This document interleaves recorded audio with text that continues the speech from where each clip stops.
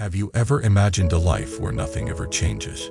Where every situation, every emotion, every struggle is locked in place forever? Have you ever been so discouraged by your current situation that you secretly feared this is it? This is how it will always be. And there is no real way out. This video script is based on the third uploaded article. And it is the extended English version of that piece, turned into a long story minus driven sharing for a YouTube audience. Welcome back to the channel.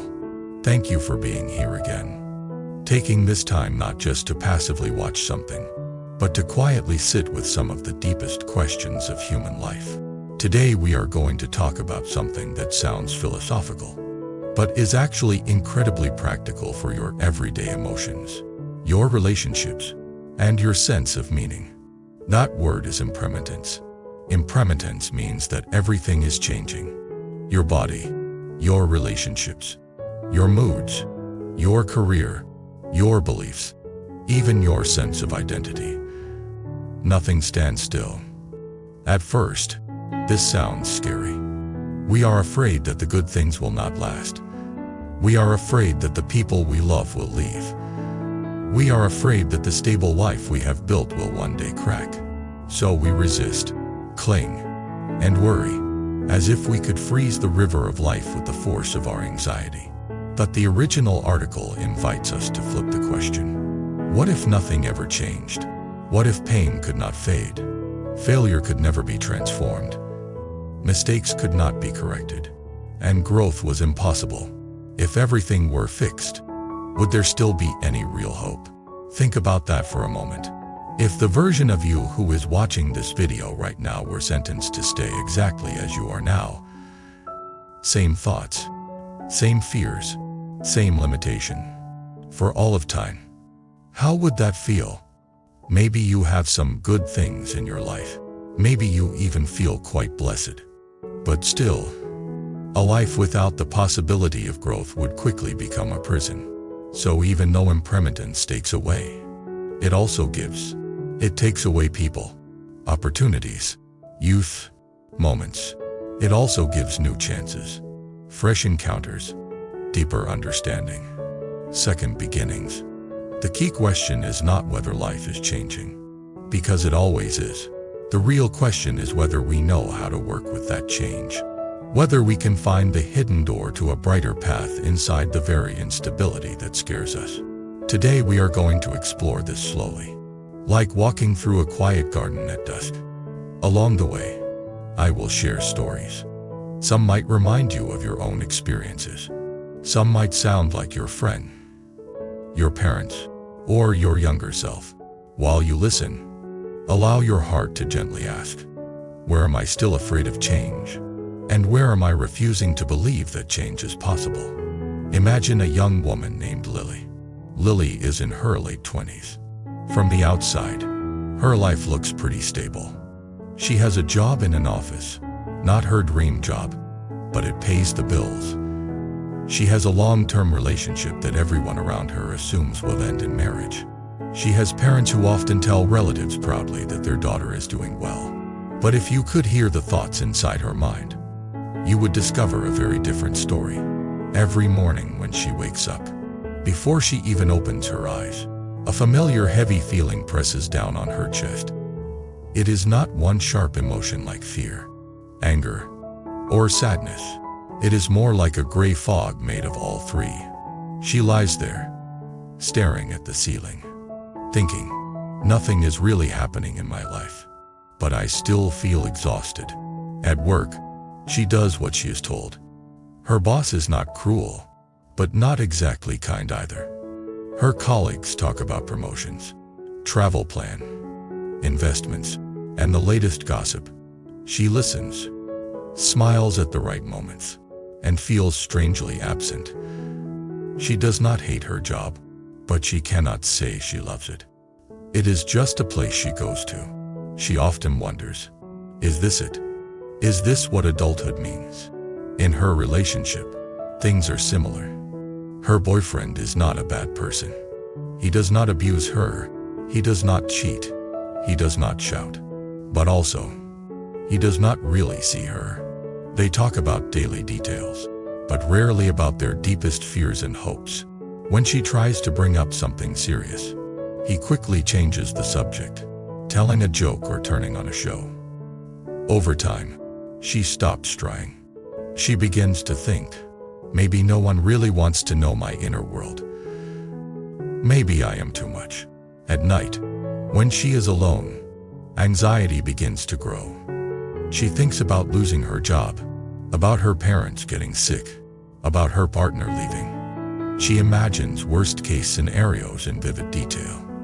Sometimes she even scares herself so much that her heart races and her palms sweat. Even though nothing has actually happened yet, logically, she knows these are just thoughts, but they feel more solid than the chair she is sitting on. Her mind turns her fears into a kind of mental prison, a fantasy world in which disaster has already happened. One evening, after another day of quiet anxiety, she scrolls through her phone and stumbles upon a sentence from a spiritual teacher. The sentence says something like this: if everything were fixed and nothing could ever change, then your suffering today would stretch on forever. The fact that life is always changing is not only the reason you lose things, it is also the reason you can change your destiny. She reads it once, twice, 3 times. Slowly, something in her shifts. She realizes that she has been using her imagination only in one direction. She imagines how things could get worse, but rarely how they could get better. She uses the fact that nothing is guaranteed as a reason to fear, but never as a reason to hope. In her mind, her current job is already her permanent label. Her present relationship is already her final emotional fate. Her loneliness is already her lifelong identity. In other words, she has quietly built an inner universe in which there is no true impermanence. Everything she fears is treated as if it will last forever, while everything she wishes for is treated as if it is impossible. The article we are expanding talks exactly about this. It points out that many people think their biggest fear is that things will change. In reality, their deepest hopelessness comes from the belief that nothing can change, that their efforts are meaningless, that their character is fixed, that their wounds will always hurt, that their life will always be like this. If you believe that your pain is permanent, hope dies. So the first turning point in Lilith's story is not an external miracle. She does not suddenly win the lottery, meet a perfect partner, or get offered a dream job. The first turning point is an inner realization the situation might be stuck, but reality itself is not stuck. Even this stuckness is built by many small repeating thoughts and actions, and anything built can be slowly rebuilt. 3 questions begin slowly circling in her mind. First, if nothing ever changed, would I even want to live? Second, if things are changing anyway, am I willing to participate in that change instead of only fearing it? Third, where in my life have I already experienced change that I once thought impossible? She begins to recall. She remembers her school days, when she thought she would never pass a certain exam. But she did. She remembers a friendship that once seemed unbreakable but eventually faded. She remembers a painful breakup from years ago that she was sure would ruin her forever. And yet now it is just a distant memory that taught her valuable lessons. All these memories whispered the same message: nothing is really fixed. Failing permanent does not make something permanent. From this point, she starts to treat her anxiety differently. Instead of seeing it as a prophecy, she tries to see it as a habit. Habits can be changed, not overnight, but over time. She starts small. When anxiety whispers, "Your job will disappear soon," she answers, "Maybe, maybe not. Right now, it is still here. Right now, I can still improve my skills, still look around, still explore new paths. My future is not written in stone." When fear tells her, "Your relationship will collapse and you will end up alone," she replies, "Relationships do sometimes end. That is part of life. But my capacity to love, to connect, does not end with one person. Even if something changes, That change is not the end of my story. Little by little, instead of living in a fantasy world where nothing changes except for the worse, she starts to inhabit the real world, where everything is in motion, and where her attitude, choices, and practice have real impact. Impermanence is not just an idea. It is visible everywhere if you pay attention. Look at your own body. The cells are constantly dying and being replaced. Your skin does not look like it did 10 years ago. Your hair changes. Your posture changes. Your energy changes. Look at the season. No matter how long winter feels, spring eventually arrives. No matter how hot summer becomes, autumn eventually cools the air. The trees do not despair when their leaves fall. They do not cling to each leaf and cry, "Why is this happening to me?" They let the old fall away because that is the only way the new can grow. Look at your thoughts. Just watch your mind for a few minutes and you will see how quickly moods come and go. You remember something pleasant and feel a little warmth. You think of a worry and feel a bit of tension. You hear a song and suddenly you are back in high school. Even your emotional world is like weather. Clouds come and go. Storms pass. Clear skies appear. If we truly understand this, then whenever we feel stuck, the question is no longer, will anything ever change? The real question becomes, what forces of cause and effect are currently at work? And what new causes can I plant? Imagine another character, a middle-aged man named Thomas. Thomas feels that his life has reached a dead end. He is in a job he hates, but he believes he is too old to change careers. His marriage is cold, and he blames both himself and his partner. His health is declining because of long hours, poor sleep, and constant stress. He often tells people, "This is just how life is. People like us cannot change anything." In his youth, he had dreams. He wanted to travel, to start a small business, to write a book, to learn an instrument. But each time he thought about taking a step, fear held him back.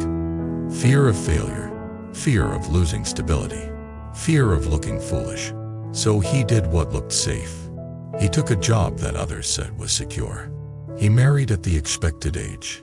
He followed the script. Years later, he wakes up and finds himself trapped in a life he does not love.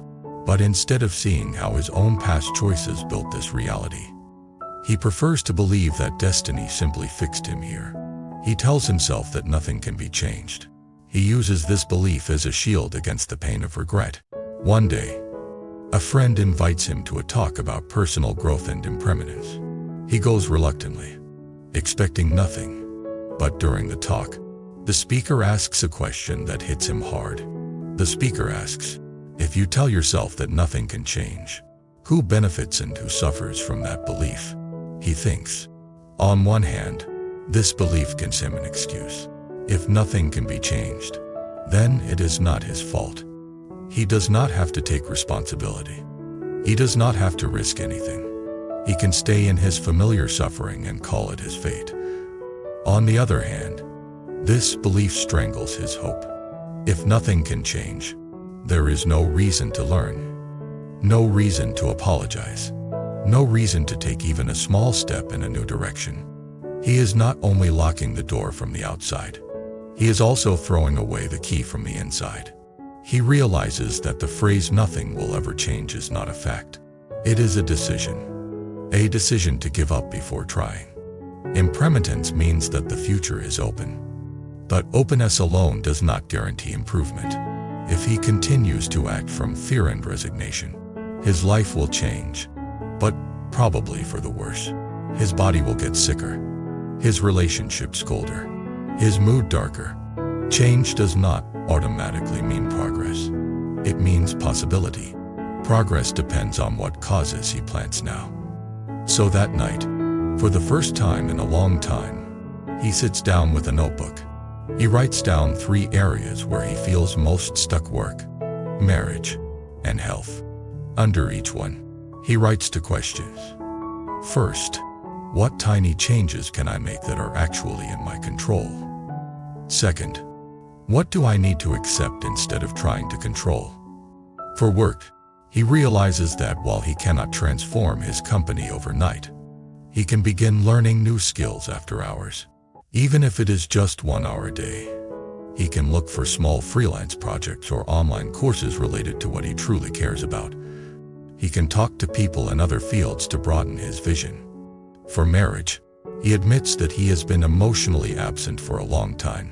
He used to blame his partner for being cold, but now he sees that he himself stopped communicating honestly years ago.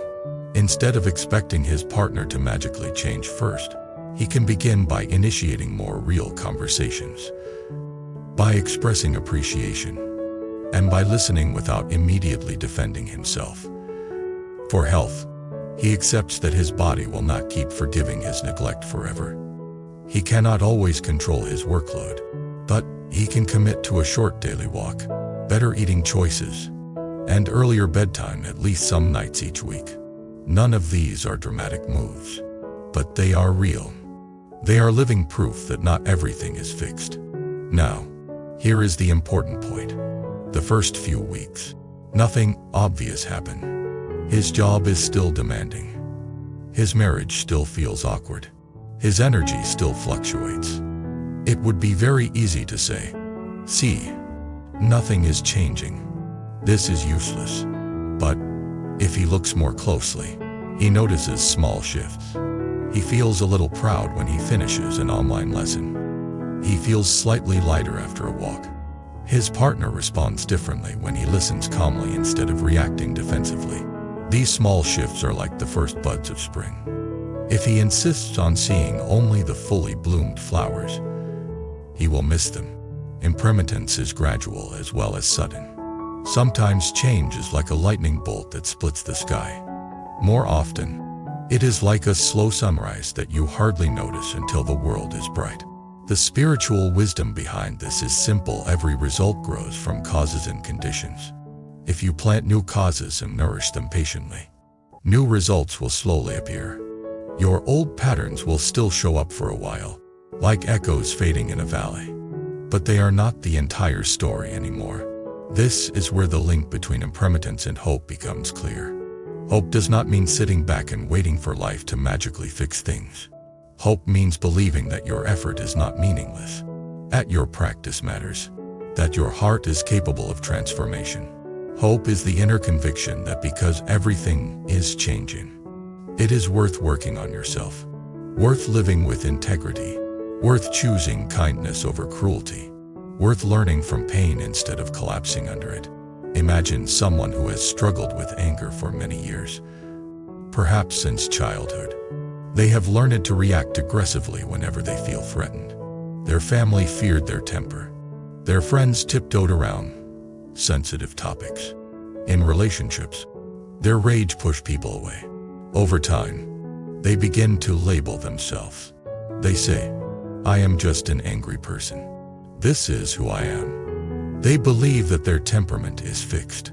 Then one day, after losing yet another important relationship, they encounter teachings on mindfulness and emotional awareness. They are skeptical at first, but they are also desperate. So they begin a simple practice. When anger arises, they do not immediately act it out. Instead, they try to observe it. They feel the heat in their chest, the tightness in their jaw, the stories in their mind. They breathe. They learn to delay their reaction, even by a few seconds. At first, they fail often.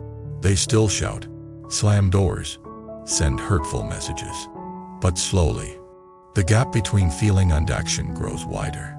One day, in a situation that would previously have triggered an explosion, they manage to stay silent long enough for the wave to pass.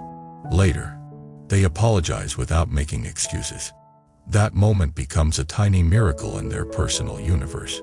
For the first time, they realize, I am not my anger. I have anger, but I also have awareness. And awareness can choose, even a little. Impermanence here is not just the fact that moods change.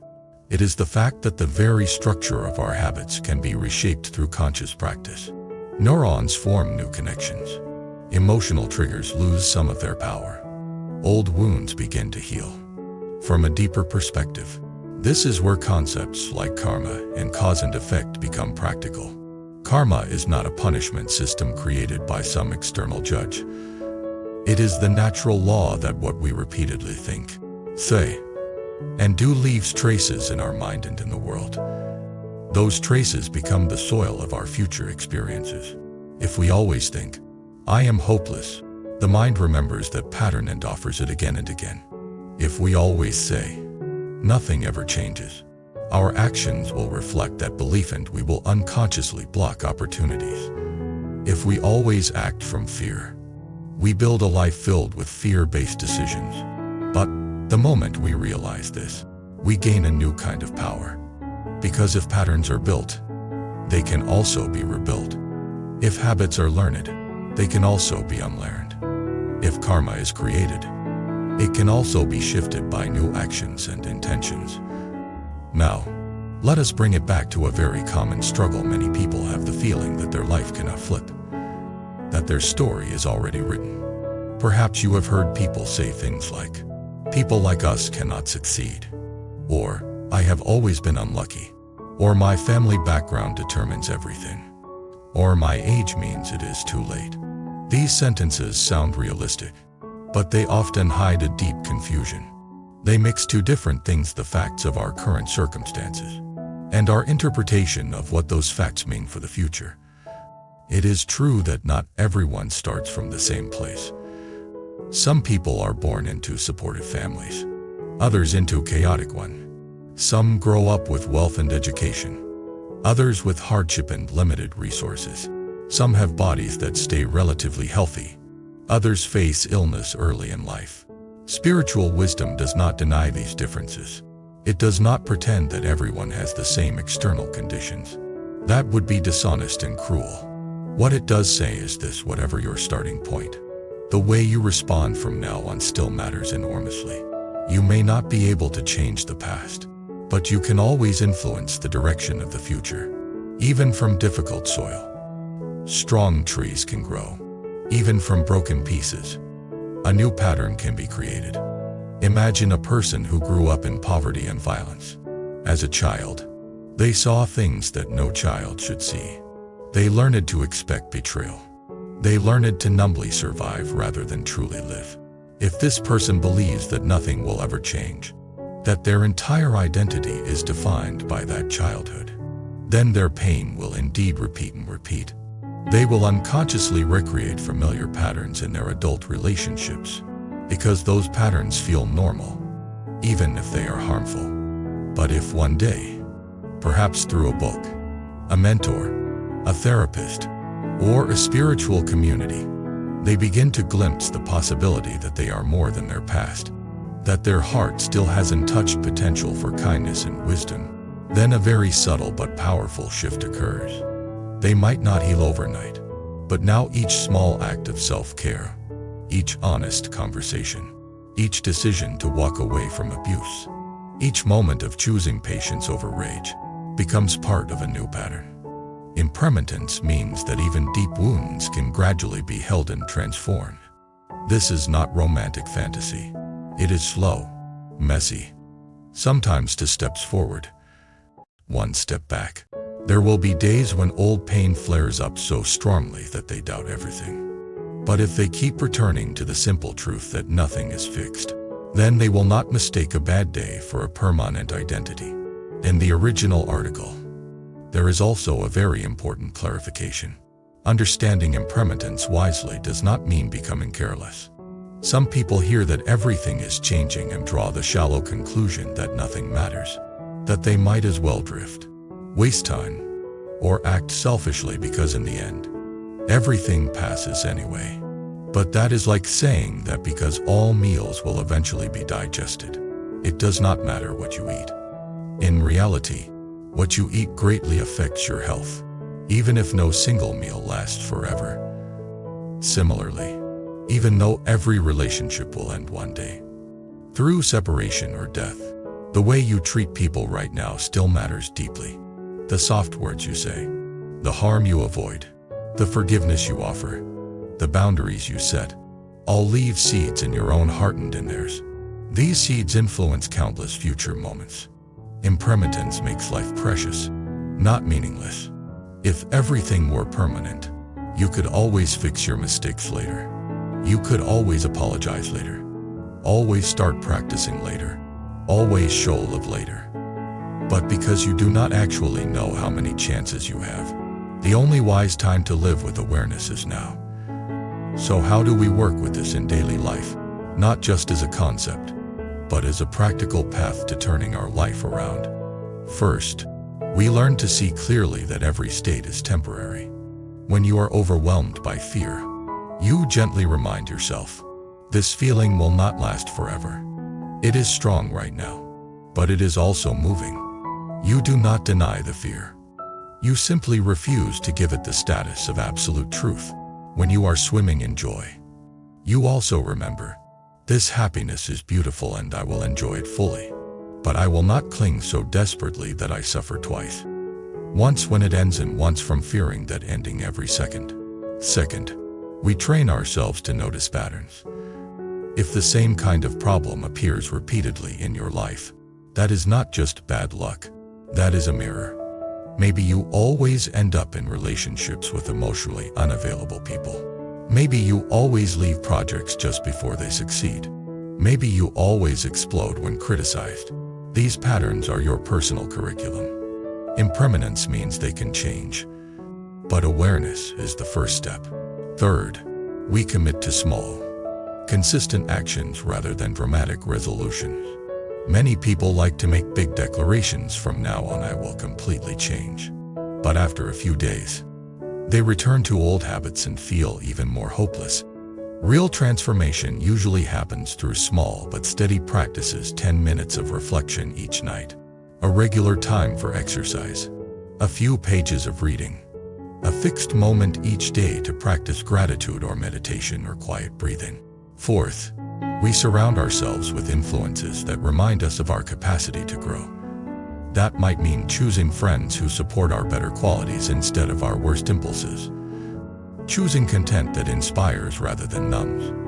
Choosing communities where honesty and growth are valued, whether that is a spiritual group, a support group, or simply a circle of sincere people. Fifth, we hold a long view. When you are in the middle of a storm, it is very hard to see how it fits into a larger pattern. From the ground, a maze looks confusing.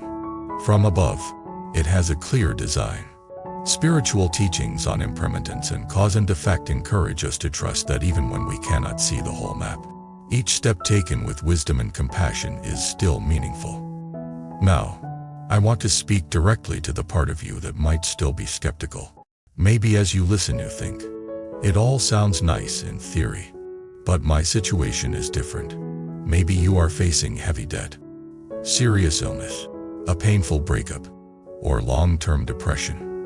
Maybe you have tried to change many times and fallen back each time, and you are tired of hoping. If that is where you are, I will not insult you with easy optimism. Pain is real. Some conditions truly are very hard. Impermanence does not mean that every situation can become ideal, or that you can always get exactly what you want. What it does mean is that as long as you are alive, your inner world is not frozen. Your capacity for understanding can grow. Your capacity for kindness can deepen. Your ability to relate to your pain can soften. Even if your outer situation moves slowly, your inner relationship with that situation can change dramatically. There are people in prison who discovered real freedom inside themselves through spiritual practice. There are people with chronic illness who became powerful sources of comfort and insight for others. There are people who never became rich or famous, yet quietly transformed their families and communities through consistent love. None of them could have done this if reality were brutally fixed. So no matter how dark your current chapter feels, do not confuse a chapter with the entire book. The story is still being written, and you are not just a character being moved around by fate. You are also, in a very real sense, one of the authors. Before we close, let me share two brief case-style stories that often echo in my mind. One is about a man who was abandoned by his father in childhood. For decades, he carried that wound like a heavy stone, using it to explain all his failures and bad behavior. He told people, "I am like this because my father left. Nothing can change that." In his 40s, after losing his second marriage, he finally entered therapy. There, he realized something that shocked him. His father had indeed caused deep hurt, but his own choice to cling to that wound as his core identity was prolonging the damage. He could not change the abandonment, but he could choose what to do with its ego. He began the slow work of forgiving, not by pretending it was fine, but by releasing the belief that the past defined his entire future. He started mentoring young people who had similar experiences. In helping them, he gradually healed himself. His story shows that even decades of pain can become material for compassion rather than prison walls. The other story is about a woman who failed repeatedly in business. Each time a project collapsed, she felt more ashamed. People around her said she should give up, find something safe, stop dreaming. For a while, she believed them and sank into a dull life that did not fit her soul at all. Then one day, she asked herself a very simple question: if failure were permanent, why do some people fail many times and then succeed? What is the difference? She realized that the difference is not in whether failure happens, but in what people learn from it. So she sat down and analyzed her past attempts. She saw that she had repeated similar mistakes, choosing partners based only on charm, neglecting to research markets, ignoring her own intuition when warning signals appeared. She could not change those past failures, but she could use them as textbooks. Her next attempt, built on those lessons, was more grounded and realistic. It did not become an overnight miracle, but it gradually became sustainable. More importantly, her sense of self-worth no longer rose and fell with each result. She respected herself for her perseverance and growth. Both these stories are living expressions of impermanence. Now, as we come to the end of this long reflection, let us gather the threads. Impermanence means that everything is in motion. At first, this can feel like bad news, because we fear losing what we love. But if nothing ever changed, suffering would be locked in place and growth would be impossible. So impermanence is not the enemy of hope. It is the foundation of hope. Our pain is not a life sentence. Our patterns are not unbreakable chains. Our mistakes are not eternal brands. They are real. They have consequences. But they are also part of a dynamic system that is constantly inviting us to learn, to choose, to awaken. When we truly see this, we stop saying nothing will ever change and start asking, what can I do differently? How can I understand more deeply? Where can I act with more wisdom and compassion? In your own life, there may be areas that feel frozen. Maybe you have been stuck in the same conflict with a family member for years. Maybe you have carried the same self-criticism since childhood. Maybe you have told yourself the same discouraging stories so often that they feel like facts. If you remember only one thing from this sharing, let it be this: those frozen places are not as solid as they seem. They are made of thoughts, emotions, and habits that are themselves impermanent. Patience, support, and sincere practice, they can soften, shift, and open into something new. You do not have to know exactly how your life will change. You only have to be willing to take the next step from hopelessness toward possibility. That might be reaching out for help, starting a small daily practice, learning something new, apologizing for an old hurt, or simply choosing not to believe the thought that says nothing matters. Life is like a vast, flowing river. You cannot stop the current, but you can learn to move with it, to redirect your boat, to avoid the rocks you can see, and to navigate the ones you cannot. Impermanence means that no storm lasts forever, and no calm should be taken for granted. It means that each day is both a continuation of yesterday and an opportunity to begin again. If any part of this long journey through impermanence resonated with you, I would love to hear from you. In the comments, if you feel comfortable, Share a moment when you believed nothing would ever change, but later discovered that life had a different plan. Maybe it was a time you thought you would never heal, never forgive, never move on, and yet, slowly, you did. Your story might be the ray of hope that someone else needs today.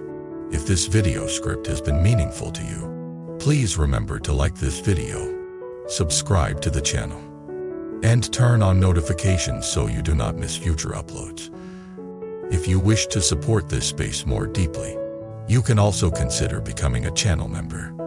That support helps us continue creating long-form, heart-centered content about awareness, wisdom, cause and effect, compassion, daily practice, and the subtle ways we can turn our life around from the truth of impermanence. Thank you for walking through this reflection with me, no matter where you are right now. May you remember that nothing is fixed, that your heart is capable of more than your fear believes, and that even the smallest step in a new direction can, over time, completely change the story of your life. At the end of the day, we all need something that brings us back to ourselves. Something that reminds us to slow down, breathe, and stay centered. Simple bracelet can do exactly that. Every bead you touch brings your mind back to calm, back to clarity, back to the present moment. If one of the bracelets you just saw resonates with you, you can find the purchase link in the video description and explore more beautiful styles in our channel store. Let the one meant for you find its way to your wrist.